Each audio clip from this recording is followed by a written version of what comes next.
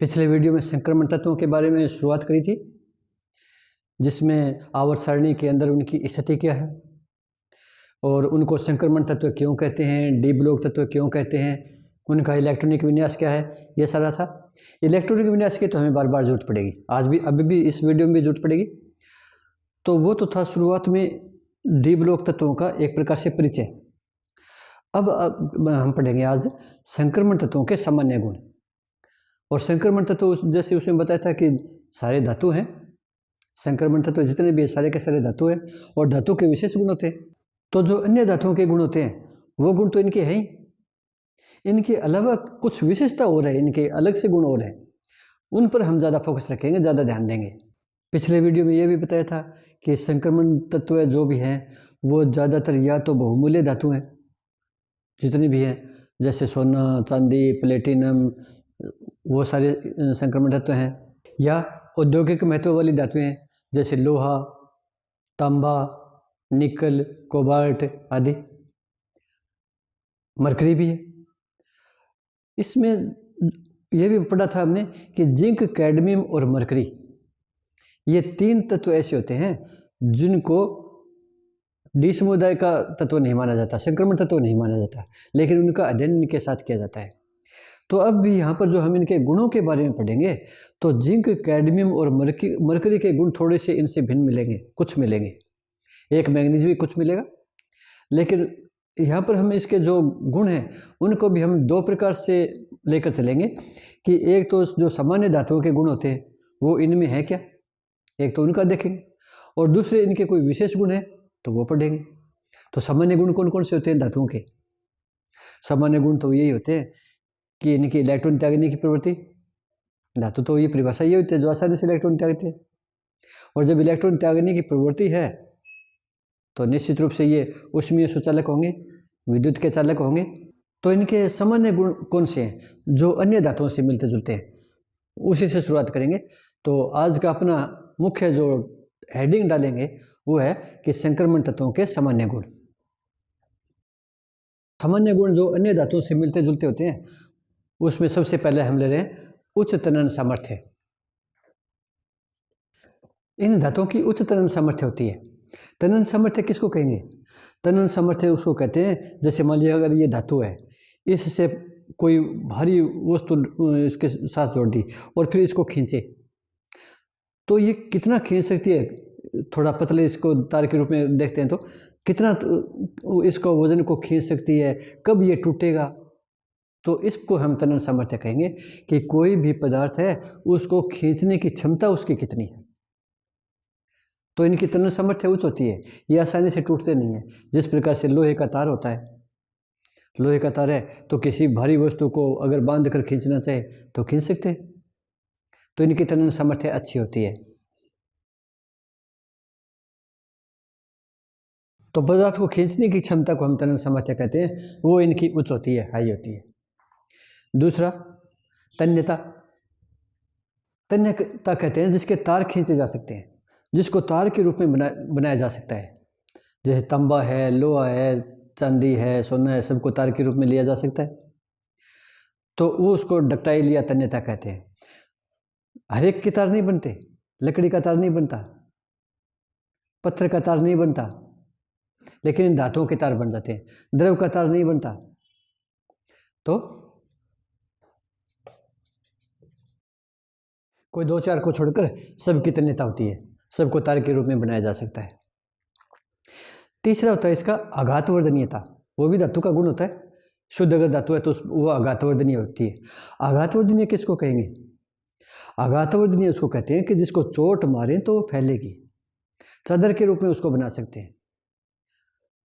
Malleability, तो संक्रमण तत्व भी मेलेबल हैं, आघातवर्धनीय हैं सारे, उनमें से अधिकांश को तो हम पहचानते भी हैं, देखते भी हैं।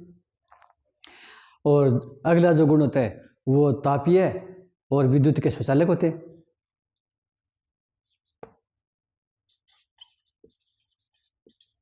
हीट और इलेक्ट्रिसिटी के कंडक्टर होते हैं। धात्विक चमक होती है, धात्विक आवाज होती है,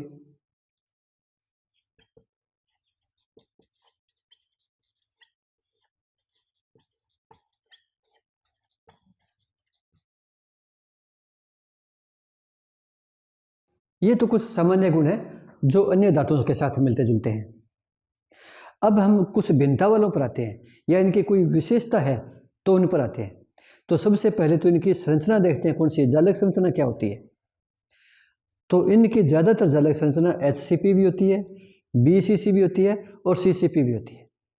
लेकिन जिंक, कैडमियम और मरकरी और मैग्नीज, इन चार की कोई विशेष धात्विक संरचना होती है, बाकी सब कोई न कोई HCP, CCP या BCC दर्शाएगा।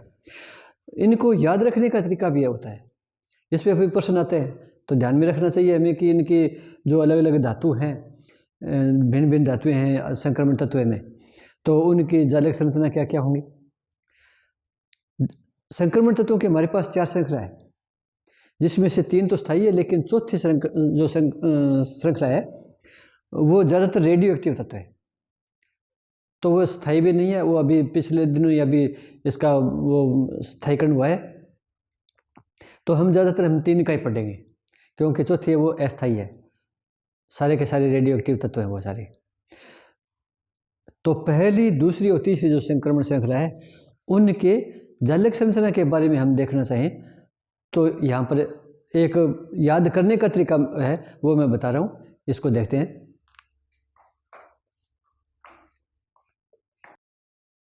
तो संक्रमण तत्वों के जालक संरचना कौन सी होगी। पहले 3 श्रृंखला लिख रहा हूँ मैं, उसके बाद उसमें जोड़े के अनुसार याद रखेंगे, जल्दी याद होगा। तो ये 3 श्रृंखलाएं, अब इनमें किस में HCP, किस में BCC, किस में CCP संरचनाएं हैं वो देखते हैं। यहाँ पर पहले इन 2 को लेते हैं। ये वर्ग संख्या 3 है आवर्त सारणी का, चौथा 5, 6, 7,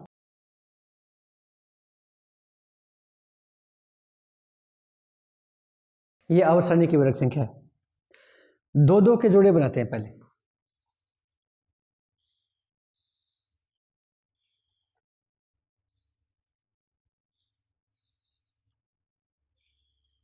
उसके बाद 3 का,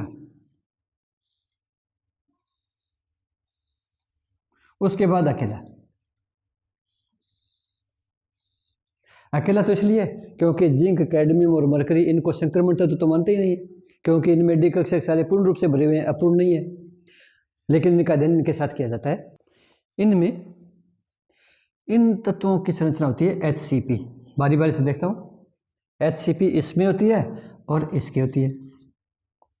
हेक्सागोनल क्लोज पैकिंग, षटकोणीय निबिड़ संकुलन, HCP। इसमें से कुछ की BCC भी होती है, इसकी भी BCC होती है, और इनकी होती है CCP, क्यूबिक क्लोज पैकिंग, और इनकी होती है विशेष संरचना, और इसको हम इससे करते हैं टाइपिकल। तो scandium, titanium, yttrium, zirconium, lanthanum, hafnium, इन सब की HCP और BCC दोनों संरचना होती है। इनकी केवल BCC होती है, इसकी केवल HCP होती है, इसकी केवल CCP होती है। लेकिन 1-2 अपवाद है वो ध्यान में रखने वाली होती है कि इसमें तो ये कोना, इसमें ये कोना एक दूसरे के विपरीत कोने हैं, और इसमें ये दोनों,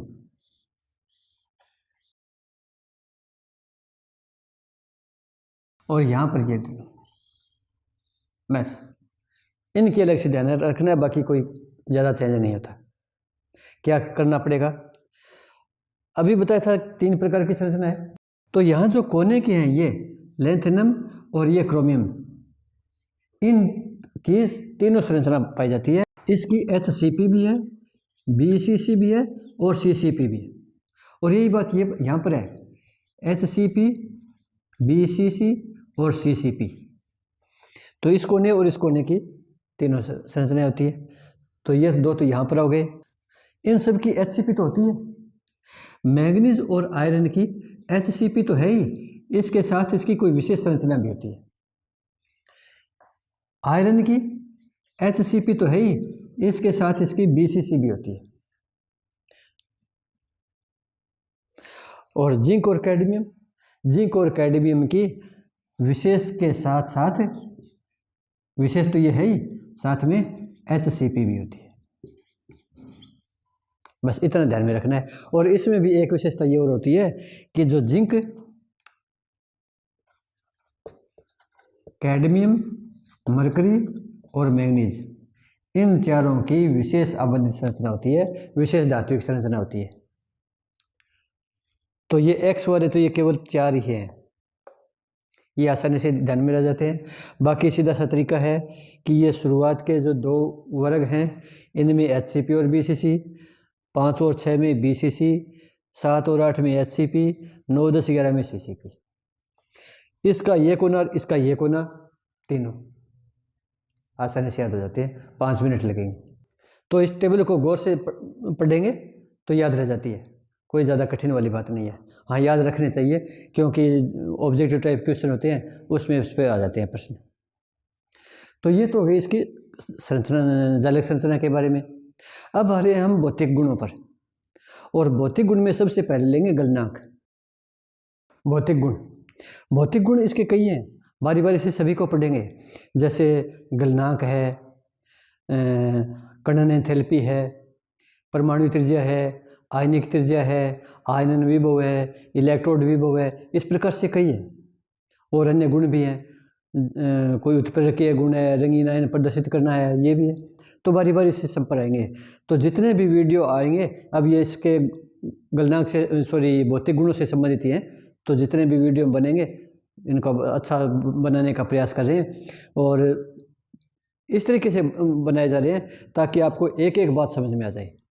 किसी भी प्रकार की कोई जल्दबाजी नहीं करे, एक एक चीज़ आपको समझ में आए, ये प्रयास है। और उसी के अनुसार हम सारा जो वीडियो है वो बनाने की कोशिश की जा रही है। तो पहले गलनांक।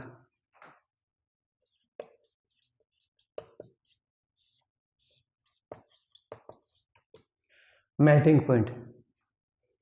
संक्रमण तो सारे धातु हैं, कठोर हैं, और कठोर हैं तो इनके गलनांक तो बहुत ज़्यादा होंगे।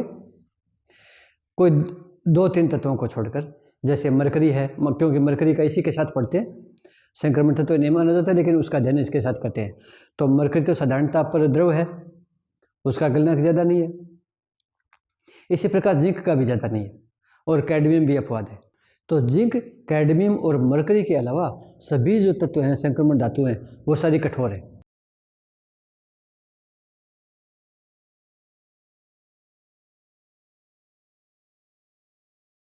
ये सारे बहुत कठोर हैं और बहुत ही कम वाष्पशील है, अल्प वाष्पशील है।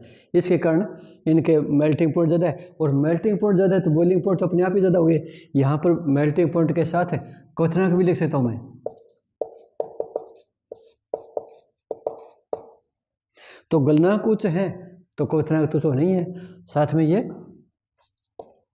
तो उच्च कठोर क्यों है, ये अधिक कठोर क्यों है, इसके कारण इनके गलनांक ज़्यादा है। कठोर है क्यों, इसको कैसे समझाएंगे?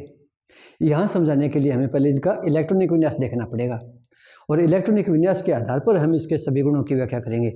और इलेक्ट्रॉनिक विन्यास की तो हर गुण में पर जरूरत पड़ेगी लगभग। तो मैं पहले इसका इलेक्ट्रॉनिक विन्यास लिख रहा हूँ सबका।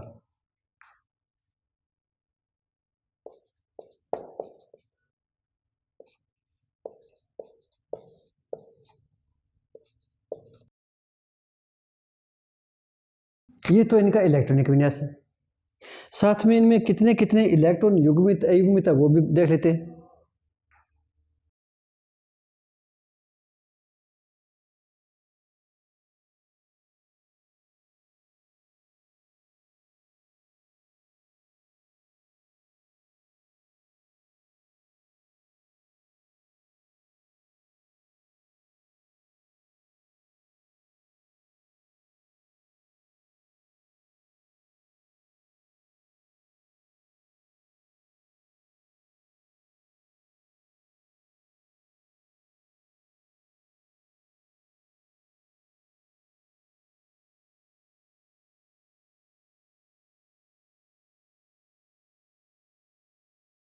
तो ये इनका इलेक्ट्रॉनिक विन्यास है, और ये इनके पास अयुग्मित इलेक्ट्रॉन की संख्या, सारी डिटेल दे दी।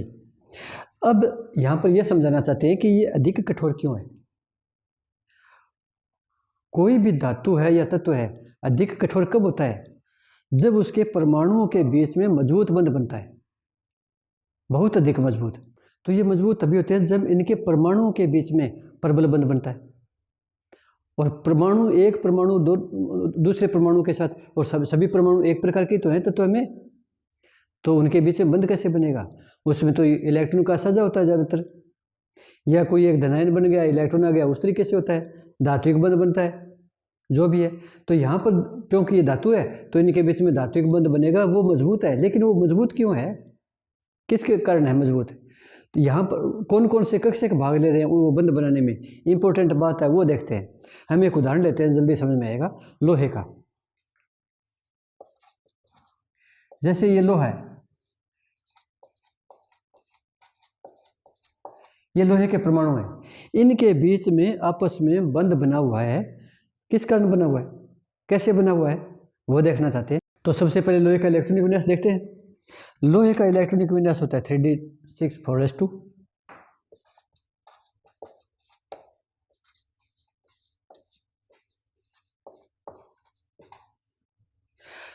ये Fe+2 बनाता है।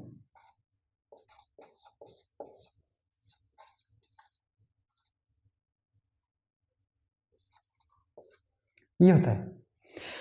डी में इसके पास 6 इलेक्ट्रॉन है, 6 में से शायद एक जोड़ा होगा ये,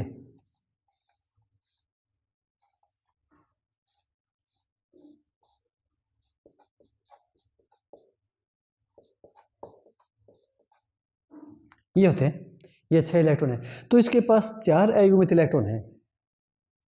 अब मान लिया ये अगर लोहे का परमाणु है और इसके पास 4 अयुग्मित इलेक्ट्रॉन है, तो इसका तो प्रयास रहेगा कि इसके पास ये सारे कक्ष पूरे भरे। और ये कक्ष कौन से हैं, ये 3D है, या ये कहें कि n-1D है, 3D है।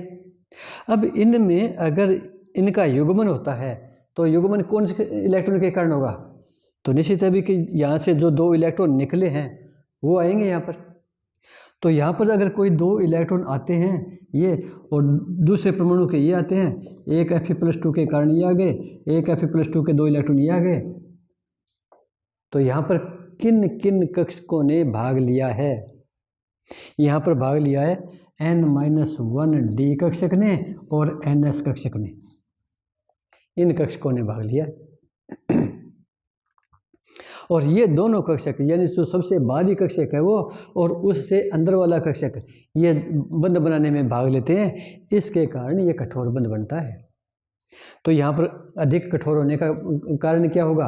अधिक कठोर होने का कारण ये होता है क्योंकि इनमें n-1D और ns इलेक्ट्रॉन है, वो बंध बनाने में भाग लेते हैं, और इसके कारण ये जो यहाँ पर जो धात्विक बंध बनता है वो मजबूत बनता है। और जब मजबूत बन गया तो कठोर हो गया, कठोर होने के कारण गलनांक ज़्यादा हो गया, कवचनांक ज़्यादा हो गया। तो यहाँ पर ये इंपॉर्टेंट लाइन लिखेंगे,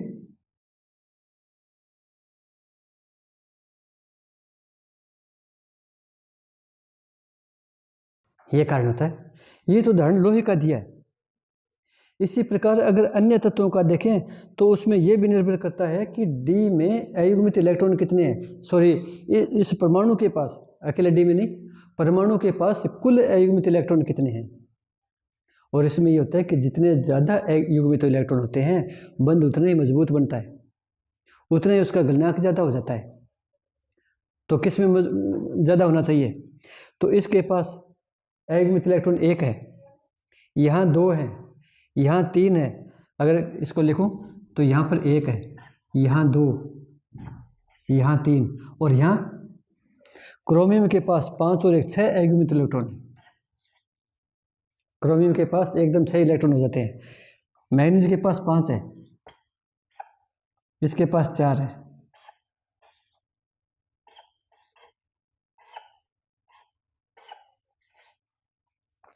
ये तो सबसे मजबूत बंध कौन सा होगा? स्पष्ट दिख रहा है कि सबसे ज़्यादा अयुग्मित इलेक्ट्रॉन इसके हैं।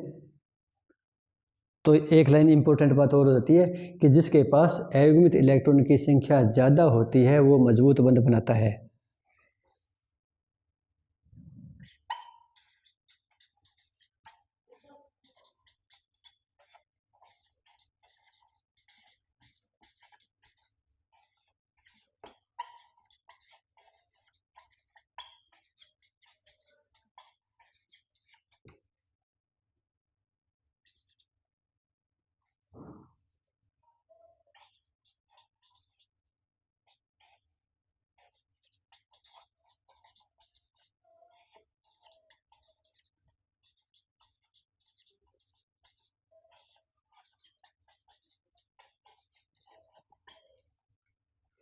तो ज़्यादा होते हैं। तो जिसका धात्विक बंध मजबूत हो गया तो उसका गलनांक, तो धात्विक बंध मजबूत हो गया तो निश्चित है उसका गलनांक ज़्यादा होना चाहिए। तो इनमें सबसे ज़्यादा गलनांक क्रोमियम का होगा। तो इसमें सबसे ज़्यादा गलनांक क्रोमियम का होता है। और उसके बाद अयुग्मित इलेक्ट्रॉन की संख्या में कमी आनी शुरू हो जाती है, तो इनके गलनांक भी कम होना शुरू हो जाते हैं। तो इसका ग्राफ भी तो होगा। ग्राफ आता है, हम तीनों संक्रमण श्रृंखलाओं का ग्राफ बनाते हैं, वो देखते हैं कैसा आएगा। तो इसका अगर गलनांक का ग्राफ देखें तो ये आता है,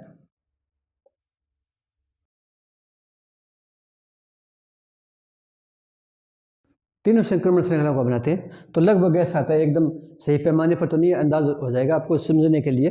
ग्राफ थोड़ा सही नहीं बनेगा क्योंकि जो आपकी बुक में दे रखा है वो तो एकदम सही पैमाने के अनुसार है। यहाँ परमाणु क्रमांक है, इधर मेल्टिंग पॉइंट है, कितना कितना है, लेकिन यहाँ समझने के लिए मैं बना रहा हूँ। तीनों संक्रमण श्रृंखलाओं का लगभग इस प्रकार का ग्राफ आता है। इस पे प्रश्न बनते हैं। पहली संक्रमण श्रृंखला में क्रोमियम का तो अधिक है, लेकिन मैग्नीज का इतना कम क्यों हो गया? जबकि मैग्नीज के पास तो 5 अयुग्मित इलेक्ट्रॉन है, Fe के तो उससे ज़्यादा है, फिर भी इससे कम हो गया। एक प्रश्न तो यहाँ पर बनता है कि मैग्नीज का अगर कम होता भी तो है तो मैग्नीज का लगभग यहाँ होना चाहिए था, इसका एकदम कम आ गया। इसी प्रकार इसमें भी मोलिब्डेनम का ज़्यादा है, टाइटेनियम का कम है, टंगस्टन का सबसे ज़्यादा है। तो यहाँ पर मैग्नीज का कम क्यों हो गया? तो इसमें सबसे पहले तो ये देखते हैं कि इसमें गलनांक का जो क्रम है वो किस पर निर्भर कर रहा है? अयुग्मित इलेक्ट्रॉन पर कम कर रहा है क्या? यहाँ पर अयुग्मित इलेक्ट्रॉन की संख्या जैसे जैसे बढ़ रही है गलनांक बढ़ रहा है, फिर कम होना शुरू हो गया तो मैग्नीज का यहाँ होना चाहिए, तो फिर कुछ मान सकते हैं कि अयुग्मित इलेक्ट्रॉन के अनुसार चल रहा है, लेकिन मैग्नीज का कम हो गया। वो क्यों हो गया? यहाँ पर अब इनका इलेक्ट्रॉनिक, हर एक चीज़ का हमें जवाब इलेक्ट्रॉनिक विन्यास में मिलेगा। इनका इलेक्ट्रॉनिक विन्यास ये है,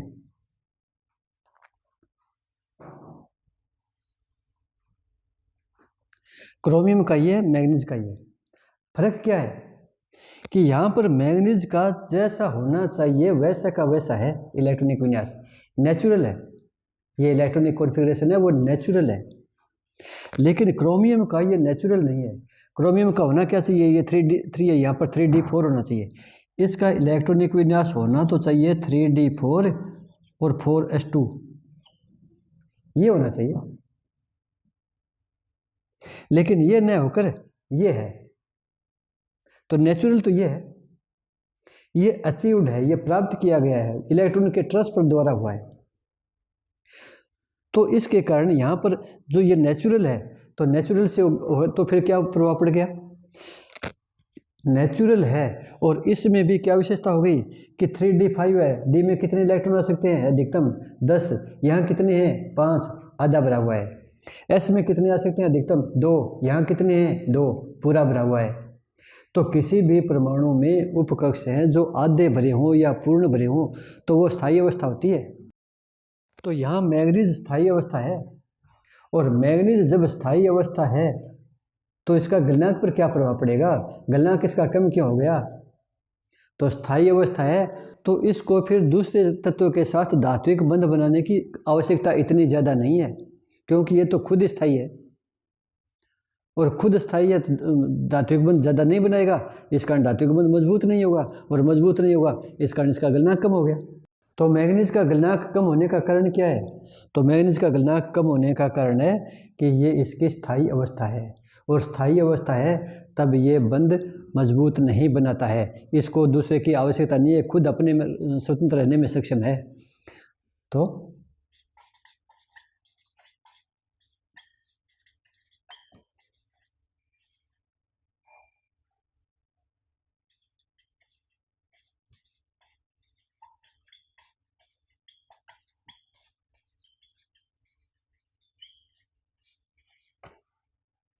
बहुत कम क्यों होता है? इसका कारण यही लिखेंगे कि इसका जो इलेक्ट्रॉनिक विन्यास है वो 3D5 4s2 है, ये नेचुरल रूप से स्थायी अवस्था है। तो स्थायी अवस्था तो क्रोमियम की भी है, लेकिन क्रोमियम की जो स्थायी अवस्था है वो नेचुरल रूप से नहीं है, वो अचीव्ड है। तो ये कारण होता है इसके मैग्नीज के मेल्टिंग पॉइंट कम होने का। एक इसी से संबंधित एक छोटा सा और होता है Karnan enthalpy. Enthalpy of atomization किसको कहेंगे? एटम बनाना, किसी कंपाउंड से, किसी धातु से, उसमें से एक परमाणु को अलग करना कठिन कार्य है। तो उसमें से एक परमाणु को अलग करने, या परमाणु को, एक से ज़्यादा भी परमाणु को अलग अलग कर सकते हैं, तो उस समय कितनी ऊष्मा देनी पड़ेगी, वो उसकी हीट ऑफ एटमोजाइजेशन या कर्नल एंथैल्पी कहलाती है। तो ये भी तो बात लगभग उसी तरीके से निर्भर करेगा जैसे प्रकार से गलनांक कर रहा था। ये भी धात्विक बंध पर निर्भर करेगी कि जिस भी धातु में या जिस भी तत्व में धात्विक बंध मजबूत हैं, उसमें से एक परमाणु को निकालना कठिन है। उसमें से एक परमाणु को निकालना कठिन है तो उसकी कर्नल एंथैल्पी का मान ज़्यादा है। तो लगभग वही तरीका ट्रेंड रहता है जो गलनांक में था। यहाँ पर भी वो निर्भर करेगा कि अयुग्मित इलेक्ट्रॉन कितने हैं, उसी के अनुसार ये परिवर्तित होता है। तो जिस प्रकार से ये लोहा है,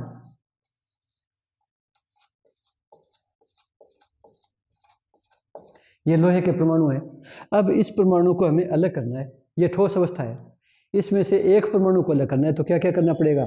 तो इसको ऊष्मा देनी पड़ेगी। पहले ये ठोस से द्रव अवस्था में आएगा, ये ठोस है, फिर द्रव अवस्था में आएगा, फिर वाष्प अवस्था में आएगा, और फिर एक परमाणु अलग निकलेगा। इस परमाणु को अलग करना है तो सीधा ठोस में से तो नहीं निकलेगा, तो इसको द्रव में, फिर वाष्प में, फिर परमाणु अलग निकलेगा। तो यहाँ ठोस से परमाणु प्राप्त करने के लिए यहाँ पर इसको कितनी ऊष्मा देनी पड़ेगी, वो सारी इसकी कर्नल एंथैल्पी है। और ये सारा मान निर्भर करता है इनके पास अयुग्मित इलेक्ट्रॉन की संख्या कितनी है। क्यों? क्योंकि इसमें धात्विक बंध निर्भर करता है। जिसका धात्विक बंध मजबूत है उसकी कर्नल एंथैल्पी भी ज़्यादा होगी, और धात्विक बंध निर्भर करता है अयुग्मित इलेक्ट्रॉन की संख्या पर। तो इसका ट्रेंड भी लगभग वही होता है जो गलनांक का होता है। यहाँ पर जो गलनांक है या कर्नल एंथैल्पी है, तो शुरुआत से लेकर जो कोई भी श्रृंखला अगर है तो प्रारंभ से लेकर मध्यावस्था तक तो बढ़ती है, क्योंकि उसमें अयुग्मित इलेक्ट्रॉन की संख्या बढ़ती है। यदि अयुग्मित इलेक्ट्रॉन की संख्या बढ़ती है, उसके बाद अयुग्मित इलेक्ट्रॉन की संख्या कम होना शुरू हो जाती है, युग्मन शुरू हो जाता है। इसके कारण इसका धात्विक बंध भी थोड़ा सा कम प्रबल होता है, दुर्बल होना शुरू हो जाता है। तो इसका फिर गलनांक भी कम हो जाता है और कर्नल एंथैल्पी भी थोड़ा सा कम हो जाती है। लेकिन फिर भी इतना कम नहीं होता कि साधारणता पर ये इसमें से परमाणु निकल जाए या साधारणता पर ये द्रव अवस्था में आ जाए। कम से कम 1000 डिग्री सेंटीग्रेड से तो ऊपर होता ही नहीं गलनांक वगैरह। तो ये आज का अपना 2 पॉइंट हो गए आज के। एक तो हो गया गलनांक और एक हो गया कर्नल एंथैल्पी। अब अगले जो वीडियो है उसमें बनाएंगे जो परमाणु है, संक्रमण तत्व हैं, उनकी परमाणुीय त्रिज्या, आयनिक त्रिज्या और आयनन विभव के बारे में। आज का इतना ही।